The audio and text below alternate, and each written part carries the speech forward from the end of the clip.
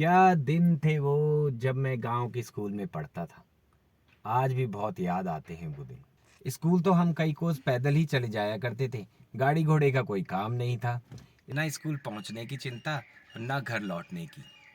दांत साफ करने के लिए या तो नीम की दातुन या फिर कोयला फोड़ करके ही हम अपने दांत साफ कर लिया करते थे। पहले तो हम कभी टिफिन लेके नहीं गए, और जब कभी लेके भी गए तो उसमें रोटी और अचार। उसका स्वाद आज भी जीभ पर है।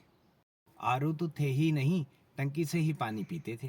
मम्मी सिर पर सरसों तेल की वो चंपी करती थी कि उसकी सुगंध दूर तक आती थी। जूतों का काम नहीं, चप्पल में ही काम चल जाता था। स्कूल में टेबल चेयर तो होती ही नहीं थी। टाट पट्टी पे बैठ के ही पढ़ाई होती थी, और वो भी पेड़ के नीचे। बैग के नाम पर एक थैला होता था जिसमें कि एक स्लेट और भरता। 5वीं तक तो स्लेट और भरते से ही काम चल गया। अंग्रेजी तो 5वीं के बाद आई। रुमाल कभी लेके नहीं गए, और कभी आंख और नाक से स्नोफॉल होती तो हाथ का इस्तेमाल कर लेते। जब किसी का जन्मदिन होता तो गुड़ मूंगफली या मखाने बांटने से ही काम चल जाता। पास होने की कोई चिंता नहीं होती थी, क्योंकि सब रिश्तेदार ही थे।